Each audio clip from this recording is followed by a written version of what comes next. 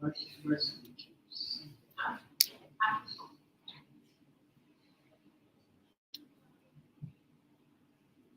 everyone, let's start the second lecture with Dr. Lisa Forsberg from University of Oxford. The topic now will be compulsory medical intervention versus external constraint in pandemic control. This and other lectures here in Federal University of Berlândia are possible because the research project Bioethics, Distributed Justice and Pandemics from Federal University of Santa Catarina, Federal University of Rio de Janeiro, Federal University of Uberlândia, Unicinos, at São Paulo, and University of Oxford. We thank all of them. We thank very, very much Dr. Lisa for being here. And our topic now is, I said, what is the topic? Dr. Lisa will talk and we have slides in your YouTube.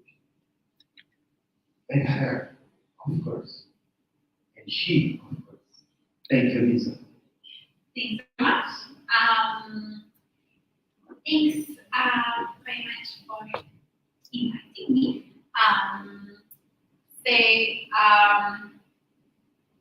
This lecture is going to be about two privacy arguments in favor of mandatory vaccination.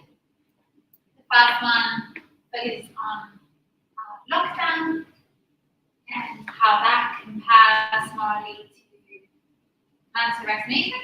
The second one focuses on mental health and how some mental health interventions compare morally to mandatory vaccination. So both these arguments can be made in terms of both ethical considerations and legal principles. So I'm going to illustrate kind of how you make these kinds of arguments, both in terms of ethics and law, and how they can be usefully integrated. It's based on an article that I published with Dennis and Pew in the Journal of Ethics in 2020. It might seem like, this is about COVID, but I think the arguments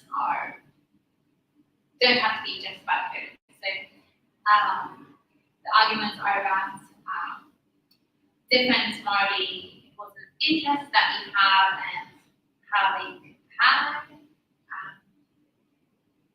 morally. So interest in freedom of movement, and association, those kinds of things, and freedom from non-consensual bodily interferences. So the arguments are made to be more general. I'm going to illustrate them with by focusing on COVID because it's easier, because people have an idea of what this means, and so it's easier to get people's intuitions about COVID cases, but the arguments are supposed to be more general and apply to other infectious disease control cases, for example. So we might think that there will be future pandemics, maybe because of climate change, maybe because of the way in which we treat animals very poorly, lots of risk factors for future pandemics. So it's good to think about the arguments more generally, even if we think that COVID is no longer a problem. We might also think that COVID might still be a problem, for example, because there are future variants that are much worse than the ones we've had, or we discovered that the long-term effects that are really bad. So we think that there are reasons to think about arguments for anti-vaccination and infectious disease control more generally. Some of these arguments also generalize to other contexts than public health and infectious disease control. So we have the same kind of problem in criminal justice, for example. So you might think that we're very used to thinking about incarceration for people who committed criminal offences. So that's restricting directly on association, but you might think that there's some medical interventions that could reduce people's aggressiveness, for example, or help with the impulse control, or the sex offenders who sometimes use chemical castration or anti-individual interventions to reduce that sex drive.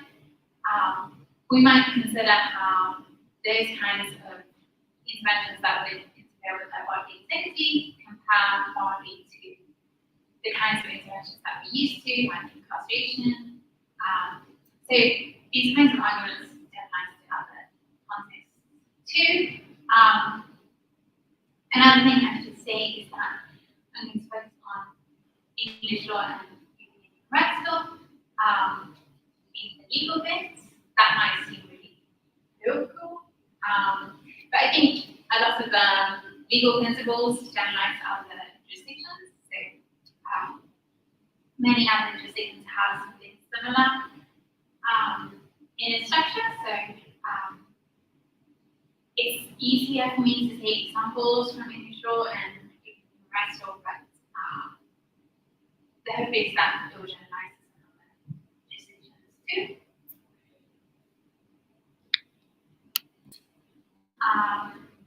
So in terms of COVID, I'm going to assume that we have several state-affected vaccines.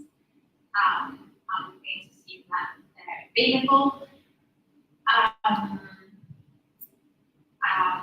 They seem to protect recipients against at least severe outcomes in the acute phase. Maybe they also protect against long-term bad effects like long-COVID type of things. We don't really know that much about that maybe. They seem to reduce infectiousness by some amount, but maybe not as much as we hoped. But we might, we're thinking about the arguments generally, so we might think that future vaccines might be better, and so that might affect our population and how we view vaccination. Just to think about whether the arguments apply to children as well as adults. Voluntary uptake of these vaccines have been quite high in many cases where they've been widely available, but it has decreased over time. So we might think, given this, why should we consider anti-vaccination? One reason is that if you think about future health risks or even other variants of COVID, it might be the case that uptake needs to be high in order for people who can't be vaccinated to be protected. So it might, even if voluntary uptake is high, it might not be high enough. There's also, in terms of COVID, there's a very uneven demographic distribution of risk, both in terms of mortality and morbidity. We might think that this could be the case in other infectious diseases too. It might be worse in some COVID variants and others, for example. Another reason to consider anti-vaccination is that capacity has decreased a lot over time, and is also unevenly distributed. So uptake is much lower in some places. For example, political influences,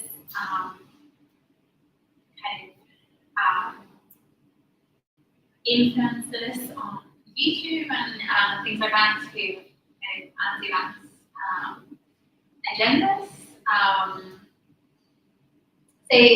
There are groups and places where vaccine uptake is much lower, and which might, as a result, be at much greater risk of disease and bad outcomes. There's been in the case of COVID, there's been a lot of misinformation, and we might think that this isn't just bad in terms of COVID, it might also have undermined people's trust in science and vaccines more generally.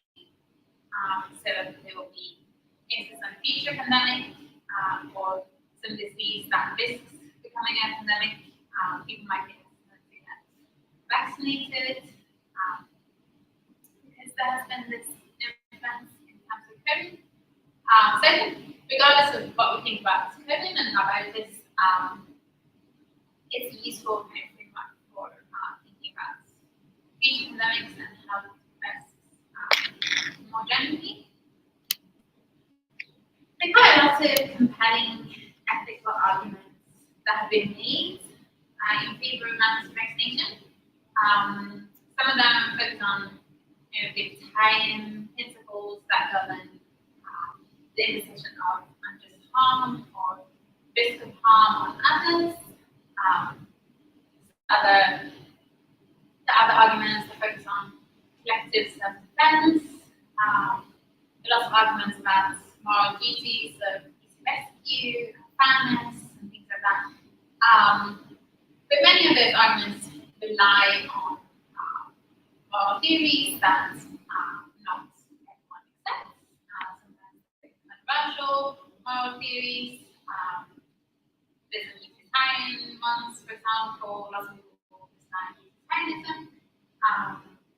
The libertarian ones, lots of people dislike libertarianism.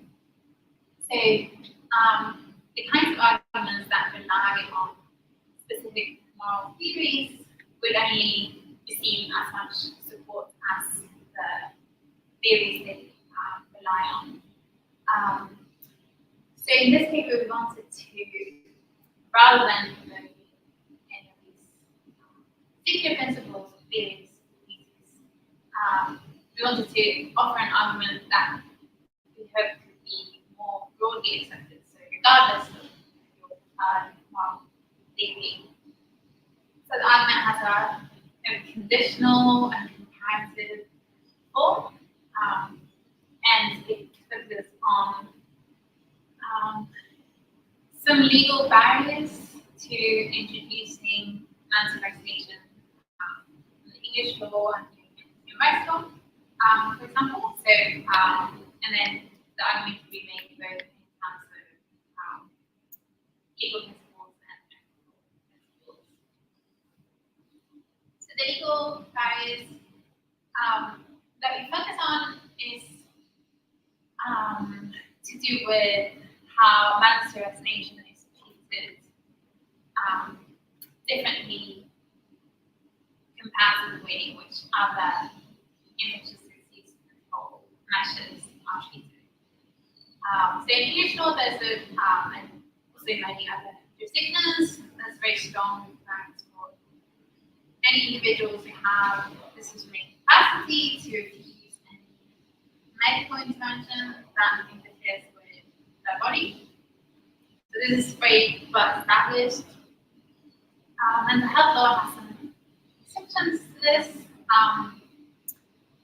But in general, it's the case that individuals who have decision-making capacity and use medical interventions that interfere with body integrity, and even when the reasons for refusing are very hard for other people to understand, and of the kind that do it, even when undergoing the intervention would clearly be much better for the person refusing it, and even when refusing the intervention would lead to the death of the person refusing it. Interestingly, current law on infectious disease control doesn't face an exception to this respect. So it doesn't contain any powers to mandate vaccination. So all the COVID measures that we had in England were found in the Public Health Act and the Coronavirus Act, and they both granted ministers like very far-reaching powers to institute all sorts of measures. They are very quite invasive measures, so restrictions on people's ability to leave their home without using excuse, lots of restrictions on gatherings, lots of restrictions on closure of businesses and those kinds of things. So very far-reaching powers were found in these two acts. They also provided legal powers to screen and assess test people who are traveling into the UK from other countries, but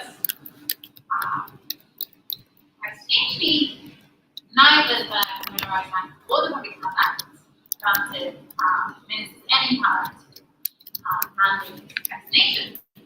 And indeed, there's a section in the Public Health Act that explicitly rules out any intervention that involves requiring individuals to undergo any kind of medical treatment or medical intervention, including vaccination or treatment. So in terms of human rights acts, in human rights law, there's this Article 8, which protects individuals' private and family life. So this is generally to give individuals right to be free from non-consensual medical interventions. That's a kind of other kind of legal barrier, or at least people sometimes think it is a legal barrier. So it's under this article, any medical intervention that is without consent would constitute kind of interference with respect to private family life. And vaccination is considered to be defined as medical treatment for the purposes of the Human Rights Act. So it seems likely that any kind of policy that requires vaccination, compulsory vaccination, would likely constitute some kind of interference with this Article 8, right? At least for people who use it. But this right is a qualified right. So interference with this right can be justified on a number of different grounds.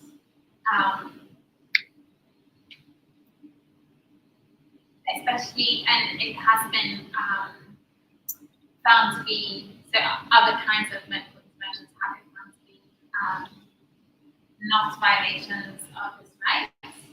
Previously, when they've been proportionate in relation to the aim they're trying to achieve and things one that is to do with public health or public rights of freedom, protection of the rights of freedom, something like that.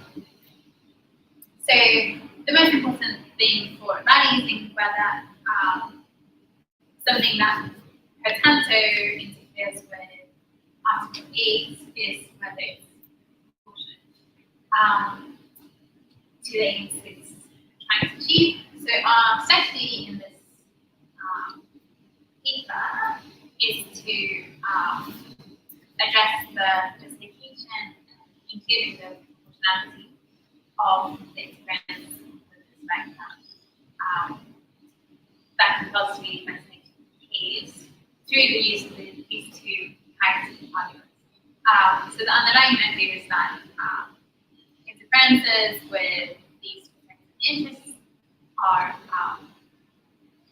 commensurable, so we can evaluate the degree of different kinds of interference with in terms of human rights and also on.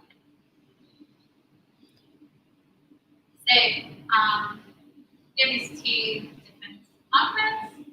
The first one focuses on lockdown character argument.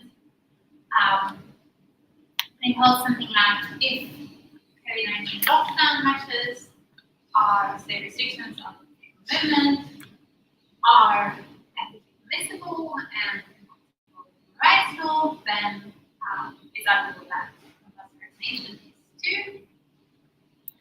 Then second priority argument is the mental health priority argument, which holds that if compulsory vaccination health law for personal and protection purposes is ethically permissible and compatible with human rights law, then it's arguable that compulsory vaccination is too.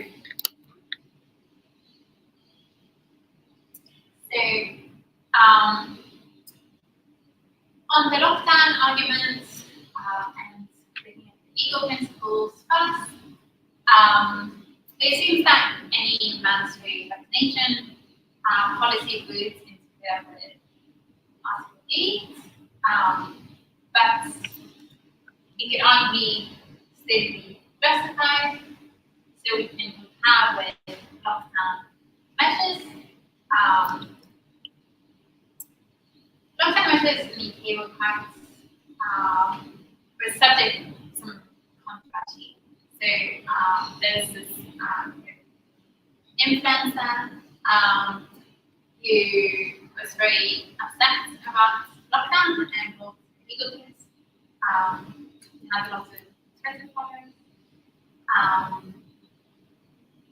So he sought to challenge the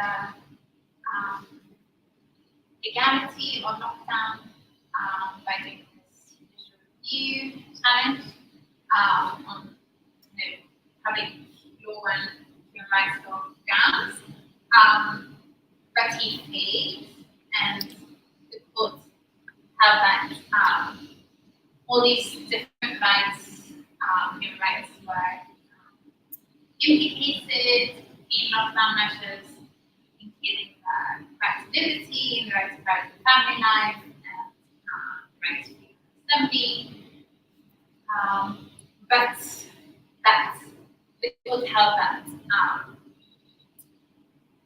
they were just, so there wasn't interference with these kinds of rights, but the interference was justified because of the essential human rights impacts that COVID would have in the absence of these restrictions on individuals and other parties.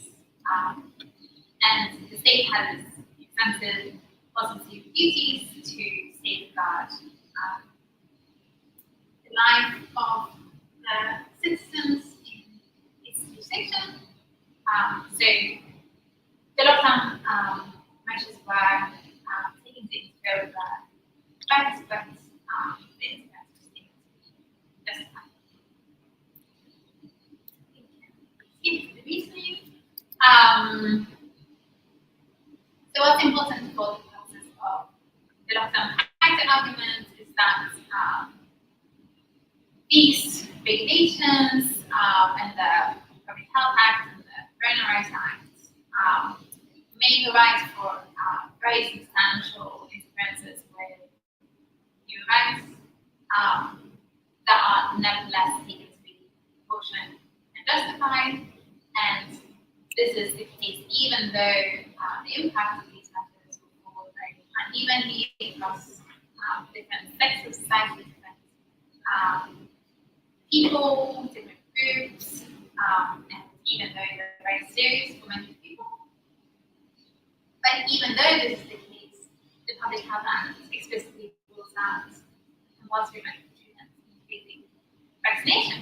So this is really hard to justify. When we have vaccines that are effective, I think even accounting for, we might accept that there's some harms associated with non-consensual application of vaccination. It still seems proportionate in light of the seriousness that it prevents or reduces. And perhaps more importantly, it seems that policy of compulsory vaccination could be less burdensome than some other measures that we take to be justified, like lockdown measures. The degree of interference with public activity in compulsory vaccination seems less in some ways than the interferences with other liberties or other interests that we see in lockdown measures. It seems that if we had a policy choice, that if we gave people the choice between lockdown measures and compulsory vaccination, many people would probably opt for compulsory vaccination. In some ways, it will be strange to opt for like a long lockdown over the compulsory one-off vaccination. So it seems like at the very least, it doesn't seem obvious that lots of people would choose lockdown over compulsory vaccination. So it seems hard to explain this absence of a legal power to mandate vaccination. So it seems arguable that if lockdown restrictions are compatible with human rights law, then so too compulsory vaccination. So current public health law rules that rule out medical treatment, including vaccination, but permit these extensive restrictions on other kinds of personal activity like freedom of association. Seems hard to justify. It seems that the law privileges the interest we have in bodily integrity over other liberties. So the lockdown privacy argument asks for a justification for treating bodily integrity as distinctively more important than other interests.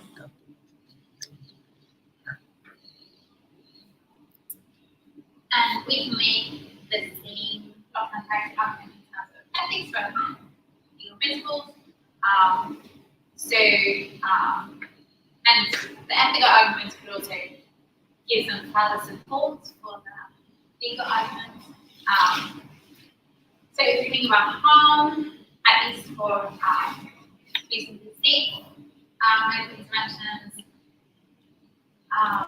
interventions that can be expected to pose no great harm to the individual and typical widely used treatments and vaccines.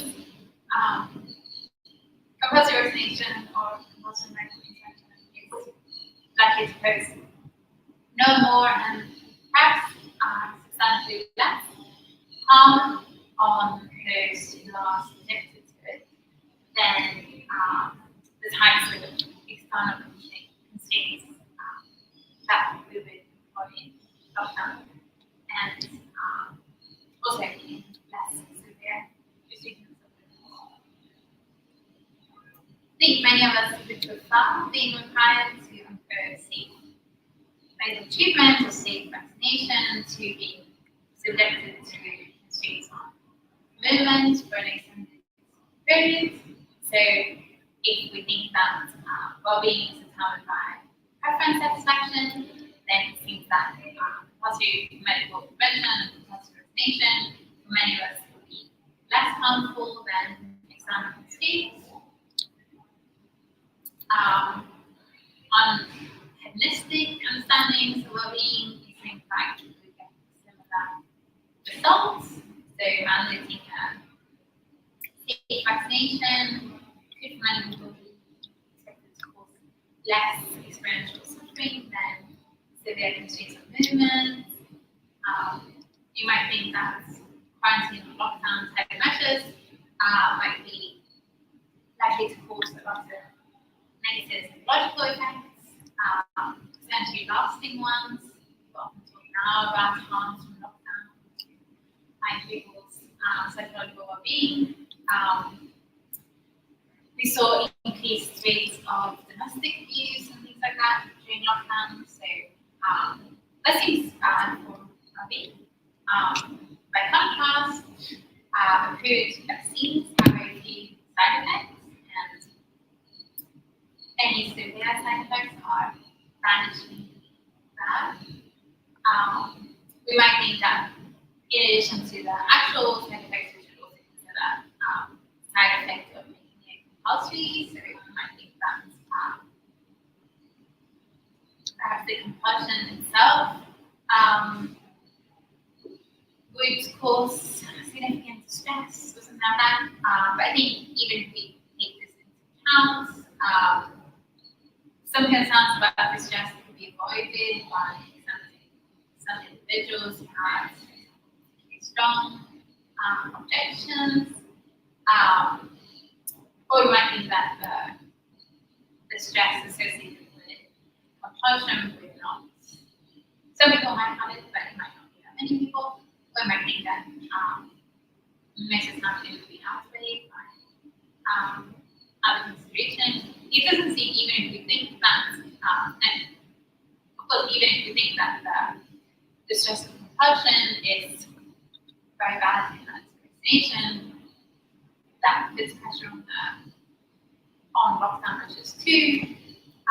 So it seems like it can be outweighed lockdown, it can also be outweighed and vaccination.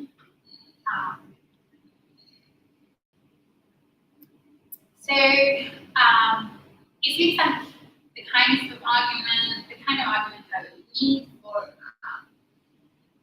to be able to say that compulsory vaccination is more morally problematic than external constraints like lockdown. It would need to invoke something like the right to body integrity, and it would have to hold that this is a very important right, a very important interest, and that is more important than these other interests like freedom of association.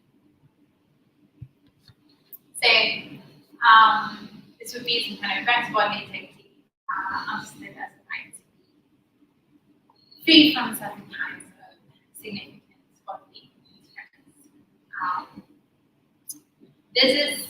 It is a well-established right and widely accepted, and it's usually taken to protect against also things that are very beneficial to you, so also against beneficial bodily interference.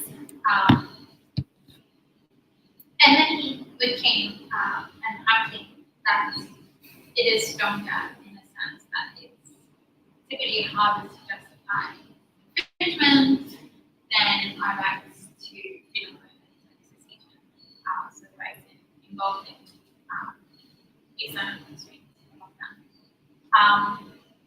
But the view that the right to bodily integrity lies on a claim above, these other rights to interest, like freedom of association, can be challenged on various grounds.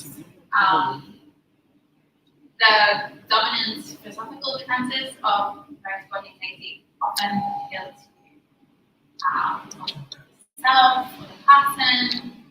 So some see the rights body integrity as an indication of rights of ownership, something like that. So we own ourselves, we ourselves use our bodies, and therefore we own our bodies, and our property rights in our bodies include rights against others.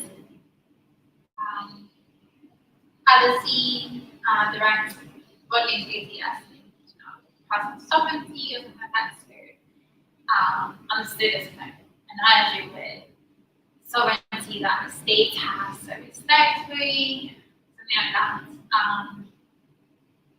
So one way to defend this special strength of right to body integrity would be to appeal to close relationship between the body and the self, the person.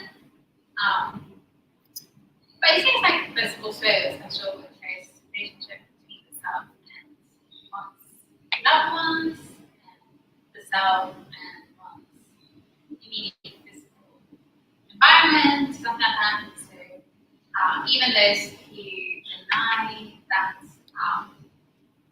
there are some objects that are literally part of ourselves, so people who accept the mind theory, something like that, we likely can see that ourselves rely very heavily on some objects and some people, like our loved ones. There has been this very prominent kind of relational turn in understandings of autonomy and of the self in recent scholarship. So if we suppose that our closest relationships and surroundings are just as important to the self as our bodies, and we suppose that the importance of the body to the self is indeed what justifies the special strength of the right to body integrity, then it seems like since our closest relationships and surroundings are severely affected by restrictions on freedom of movement and association, it may follow that our rights to freedom of movement and association are just as strong as our rights to body integrity. So you might think that this is incorrect. You might think that the right to body integrity is stronger than rights to freedom of movement and association, in the sense that infringements of body integrity are hard to justify.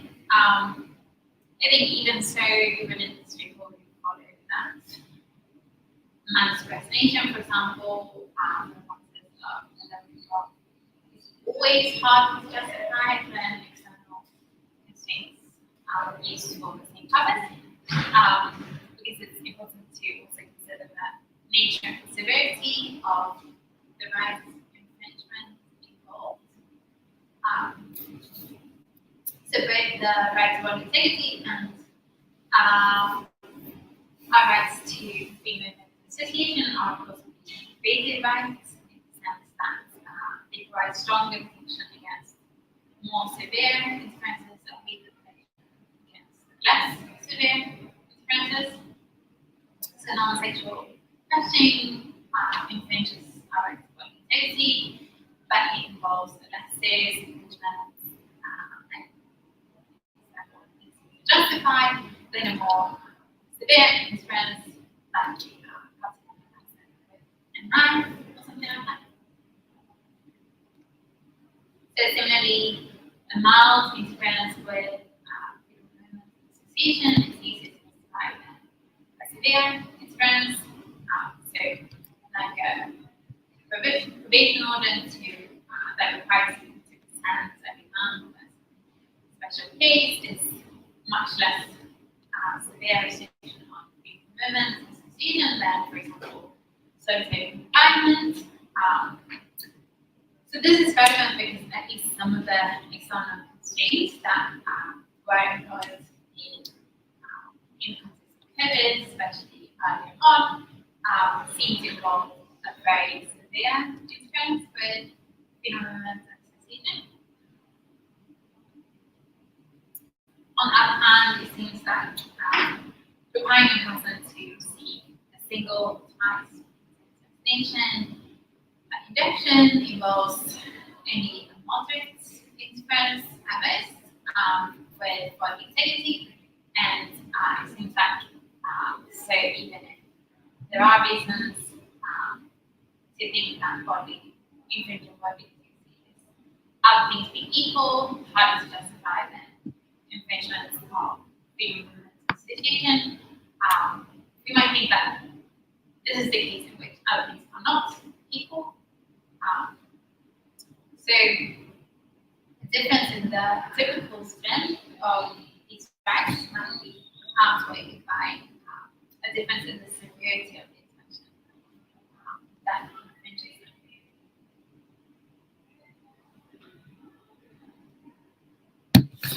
So in response to the lockdown parity arguments, it might be objected that there is indeed something distinctive about body integrity.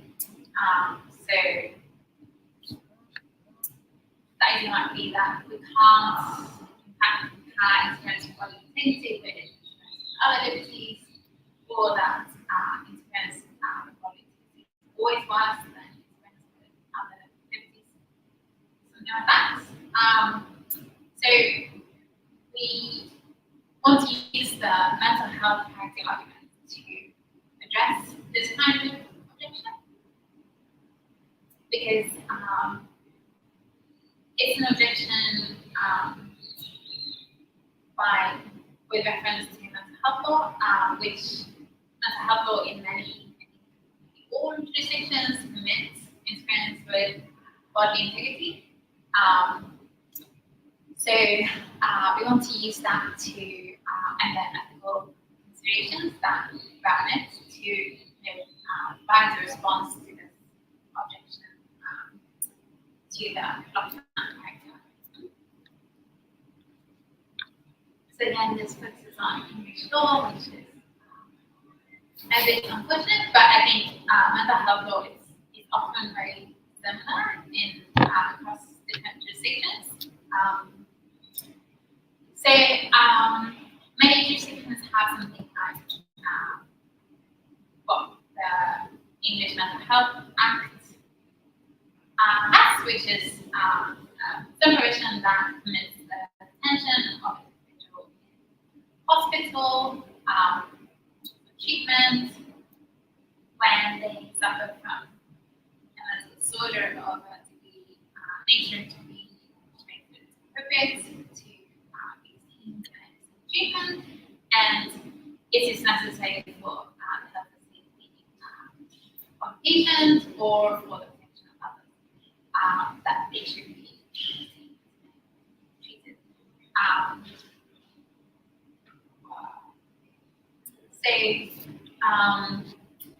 Mental health, English mental health law allows non-consensual treatment even when people have this capacity. So this makes it unlike all other areas. So the legal regime for treatment without consent under mental health law deviates from the general clinical requirements that I mentioned at the beginning, that individuals who have decision-making capacity to give consent must give consent in order for treatment to be lawful. Mental health law permits detention of person for the protection of others and treatment without consent.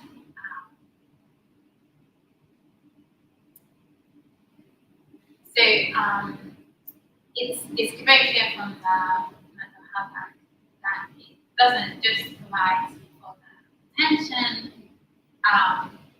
so restrictions of freedom of movement, but also for non-essential medical interventions. So mental health law provides an example where the law permits, and this is very exceptionally, compulsory interference with bodily integrity for their own protection and protection of others when the nature and degree of the circumstances warrant this. And European human rights case law also establishes that compulsory medical treatments in this context may be compatible with the rights that are engaged. So Article 3, which prohibits punishment, and Article 8, which takes the rights respect for private family life. So we can argue by analogy from compatibility with European human rights law of compulsory treatment in mental health law to human rights law compliance with of mandatory vaccination. So in the context of some highly infectious disease, every person is at risk of infection and also a potential threat to life and health of others. So a person's default state is obligation to be to immunization. Vaccination protects individuals from possible serious harms. And vaccination also contributes to the protection of the community generally and the protection of its vulnerable members specifically. Given vaccine hesitancy and the kinds of factors that contribute to it, like misinformation, anti-vax influences, etc., it may be necessary to compel vaccination to achieve protection.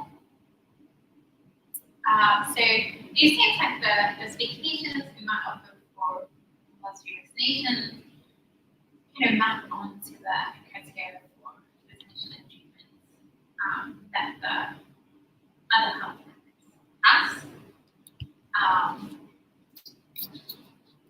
So the mental health practice argument law notes that the law permits compulsory experience with bodily integrity under mental health law, and this derivation from the general principle of no treatment without consent is compatible with European human rights law. So it's arguable that if compulsory treatment of mental health law is compatible with human rights law. So 2 is compulsory vaccination, and importantly, here we're talking about the same limited interest in both cases, so both parts of the credit argument. So it's the right to bodily integrity that is at stake, both in both contexts that the mental health credit argument has. Seems that ethically speaking to non-essential treatment of individuals who have capacity under the Mental Health Act for purposes of protection of others is analogous to case for compulsory medical intervention for pandemic control. Mental Health Act includes some restrictions on how you can use compulsory treatment. So, for example, the threats to others that the individual poses or to themselves. The absence of treatment must be imminent, and treatment must be appropriate to the patient's condition. But there seems to be no reason why some of the conditions couldn't be based on and quite commonly specified with respect to compulsory medical intervention and vaccination for control. So it's difficult to see how the current approach to mental health, which places most vaccination and external constraint rather than power, could be reconcilable with the strong preference given to external constraints in pandemic control. If anything, it seems that the harm-related considerations would suggest that we should be more related to control than mental health. So we might think, for example, that the risk of extensive harm associated with not employing medical interventions like vaccination in the case of COVID-19 would be likely to be greater than in the typical mental health cases. So prior to the past lockdown, individuals with COVID were on average infecting at least 2 other people during their infectious period, with each of those individuals infected the same month again, so on. So this suggests that vaccinating a single individual with a particularly large number of contacts, for example, like a retail worker, hospitality worker, something like that, might be expected to prevent several deaths in a short period of time, and it also, of course, affect significant morbidity, since it's not just the risk of death, it's also risk of long-term health effects like organ damage, effects on the immune system, and things like that.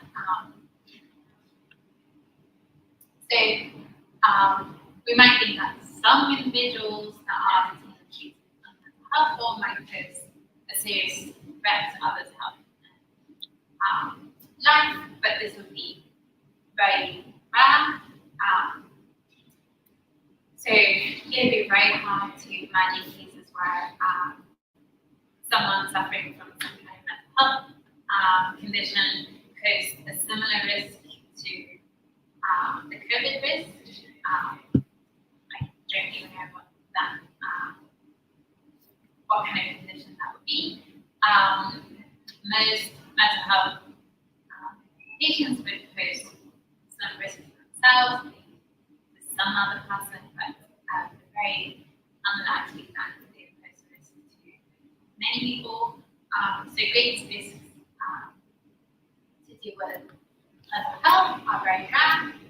So it seems like the case for treating people in control is much easier to make. So it seems that harm associated with compulsory medical intervention in the case of vaccination for COVID is likely to be less than in cases. So the harm we're protecting in the case of COVID is much greater, and also the interference seems much less. So vaccination is likely relatively frequent intervention, even now that we know that we've seen immunity wanes over time, etc. So people might have to get vaccinated every year or something like that to have continued protection against COVID. Even with that, it doesn't seem that much.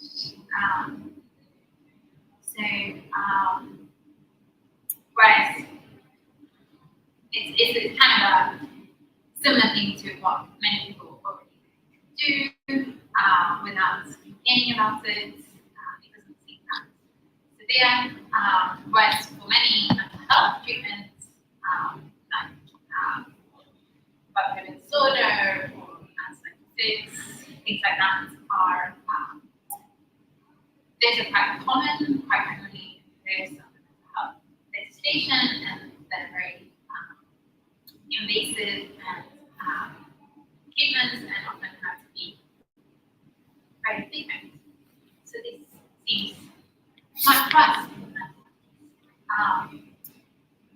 So that's the. So we think that both the lockdown privacy argument and the health privacy argument puts pressure on the assumption that mandatory vaccinations are to justify and not to justify other forms of restrictions. But of course, these are both parity arguments, so they could go either way. So we might think that both lockdown and vaccination are unjustified, or we might think that both of them are justified. Similarly, we might think that compulsory health treatment and compulsory vaccination are both unjustified, or we might think that they're both justified.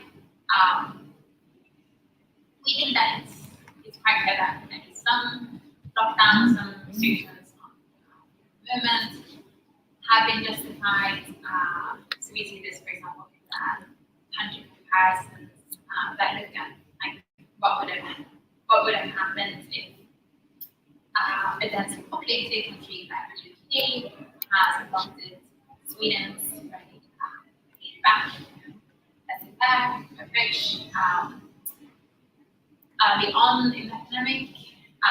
So we think that it's plausible that the lockdown parity argument supports some lockdown measures.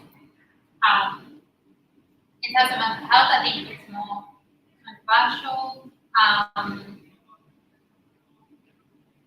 but maybe it's controversial because mental health patients in general don't really pose a great risk to others. So it's maybe harder to justify compulsory mental health interventions for the protection of others. And we might think that in the case of protection of self, that is already controversial. Anesthetic interventions are mandatory interventions for protection of others. And we might also think that the mental health one is more controversial because the justification for treating mental health differently has other areas of law, areas of healthcare. It's much less clear how that's justified in general. So I think that we should take too much from our mental health, what mental health allows. But we think that it's still the case that you make any price arguments for both lockdown and vaccination, and that this can be done both in terms of law, including practical and in terms of ethics, including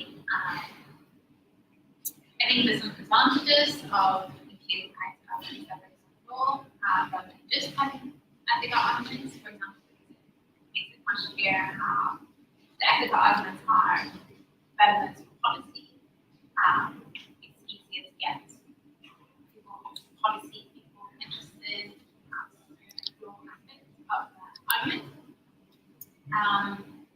And the parity type baseline fits very well with how law reasons anyway. Law is about extending principles to different contexts, seeing why they might not be extendable to different contexts. So it fits quite well with parity reasoning. And importantly, I think focusing on inconsistencies or what might seem to be inconsistencies in the law approach shifts the awareness onto those sorts of candidates. Those who are preventing so that the systems to answer vaccination put the onus on them so we can strengthen the position on vaccination for Thank Nigel. It's Very beautiful. But that's not Oxford. What is this? Ah, well, some questions. Uh, some questions.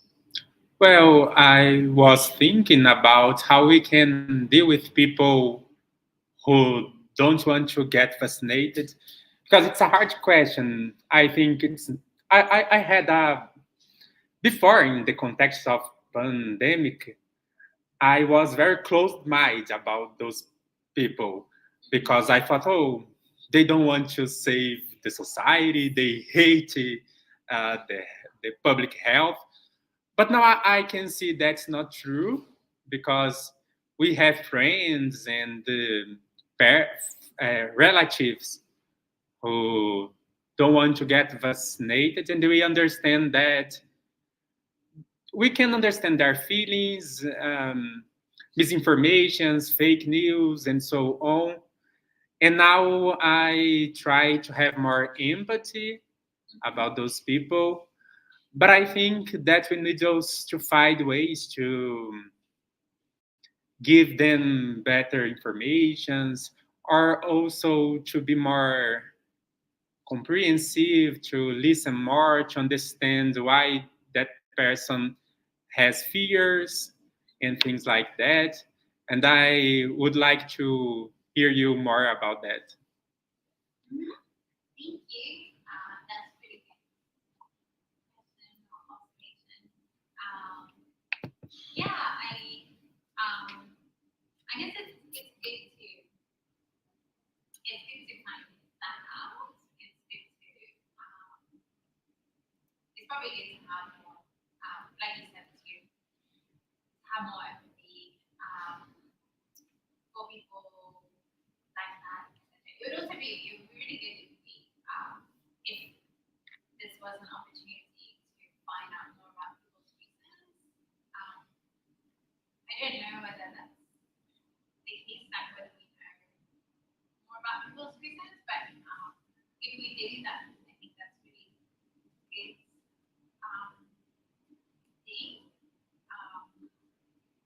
in terms of how to overcome it. I don't really know. But I think one useful strategy is rather than just providing information, it can be useful to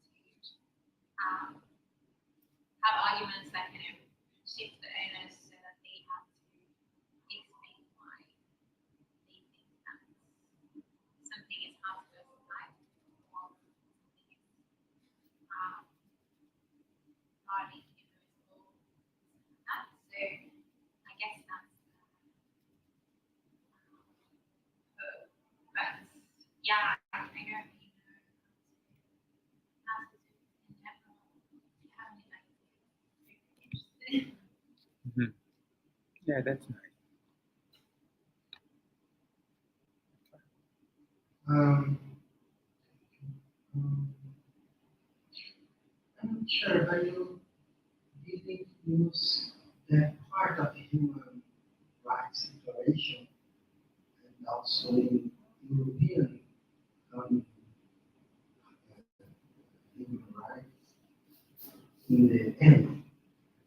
Who these rights could be infringement if public interests, public morality, and if necessary to guarantee the other rights. I'm wrong, Yeah, that's right. Yeah. but you didn't use in this concrete argument. So I guess I do use it. I mean, very simple argument, not necessarily all these details, only to say the declaration itself say at the final, at the end, you can show disrespect if some of the rights. Yes. A second sensitive question. It's difficult to me because I agree with you with two arguments, two parity arguments. But, for example, some people like Jason Brennan in America. He said that he and others had empirical data, statistical data, that the magnitude of lockdown was wrong. Yes. What about if the magnitude of a pandemic, of a harmful pandemic, and potential vaccine is unclear? What is the magnitude? What we need to do? Yes.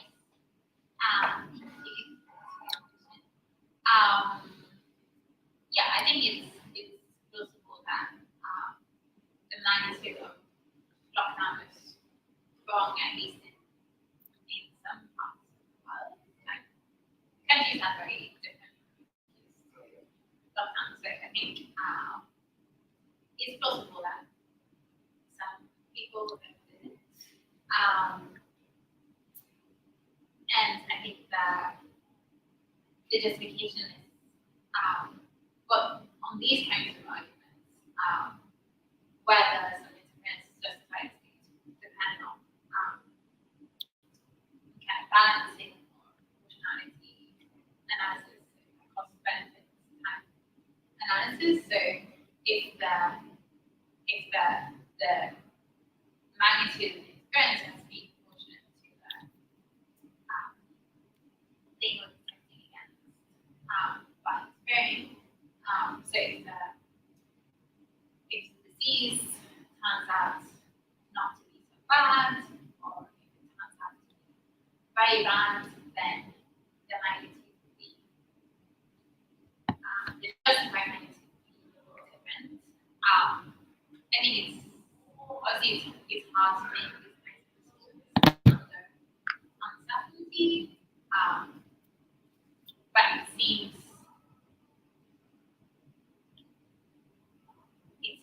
not that hard to justify something like lockdown or mass restriction, or some lockdown for some period of time, or mass restriction if it's a safe and effective vaccine.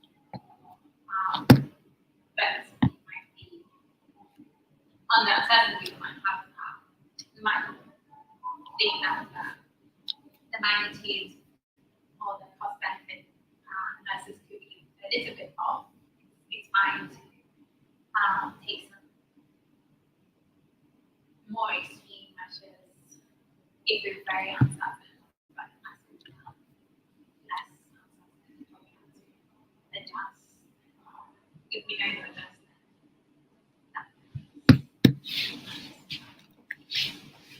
Problem is we have no idea how you implement.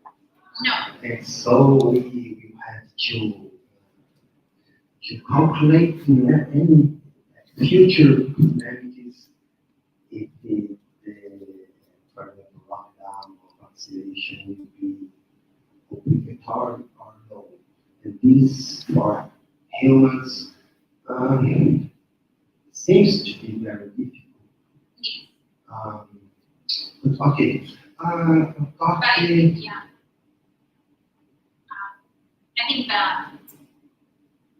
I think one thing that should be, so even if we don't know anything about the next one thing that is a plausible assumption is that we shouldn't take things like mandatory vaccination to be off the table as the law in many cases does at the moment. So we shouldn't have laws that say if needed, we have all these measures and restrictions that we can impose, but mandatory vaccination can never be one of them. That seems unreasonable because if we have a pandemic with very high mortality, then it seems that we should end this vaccine. Then it seems like that should be obvious. it might not be justified, but it should be on the table of the range of measures that we consider. But in a touch experiment, supposing vaccine is not a protection to the community, also. It's only a protection to the individual. And if this individual don't take vaccination, the virus will kill him immediately. In this case, we think we should have obligatory vaccination. No, it's right.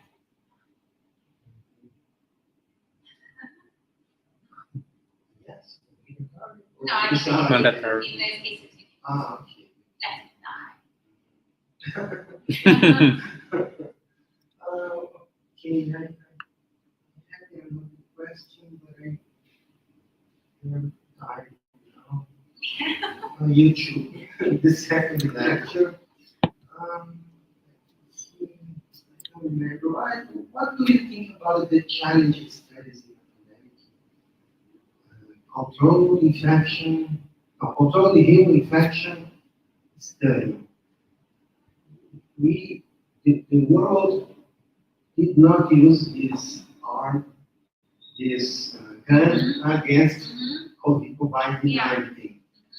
I think we learned that in the next pandemic, we should use it using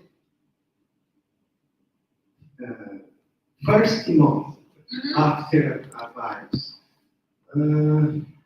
We have today 40,000 youngers that wants to do challenging studies. But supposing few people want, we should force people to do challenging studies. Utilitarians would say yes. Yeah. I mean, I think there was some reasons against. But it might be justified in some cases. Perhaps not in its might depend. Well, it will depend on the disease and the benefits of the use things like that. But it might be justified in some.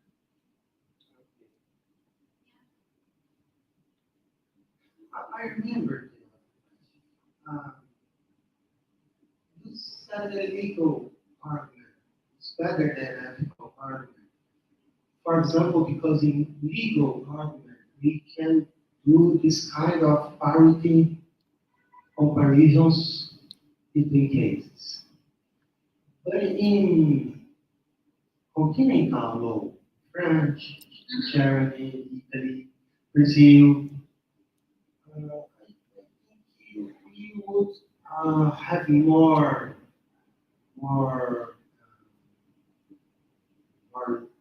look with ethical arguments, moral arguments, because our system of law is not comparing cases, but applying directly constitutional and legal laws and very closely itself.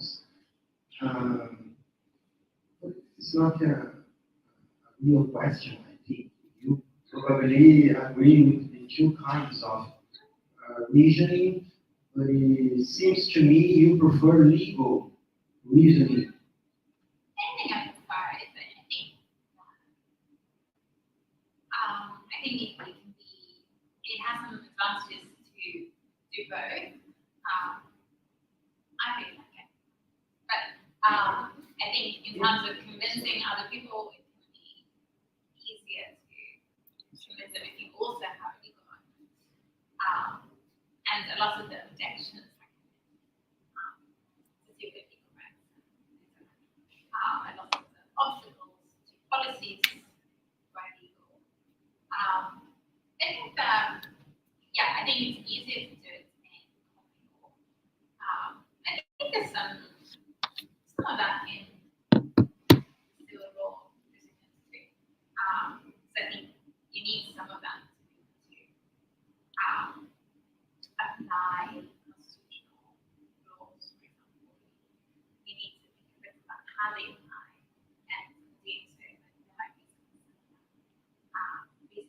there's some role for presidents and also civil law, but I agree that it's easier to do. Like common law recently is kind of more similar to philosophy already, so it's easier to do it in that. But I think there's some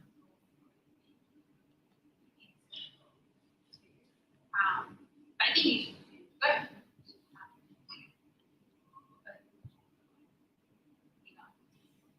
For the same.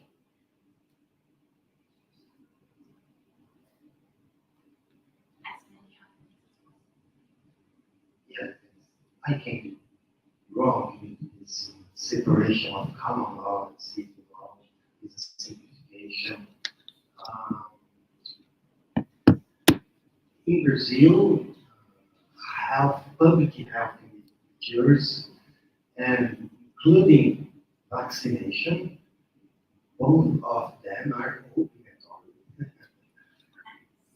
Yes, thank you. Well, thank you very much, sir. Thank you who are assisting us, and tomorrow, 5 p.m., we will have the other topic. Thank you, everyone.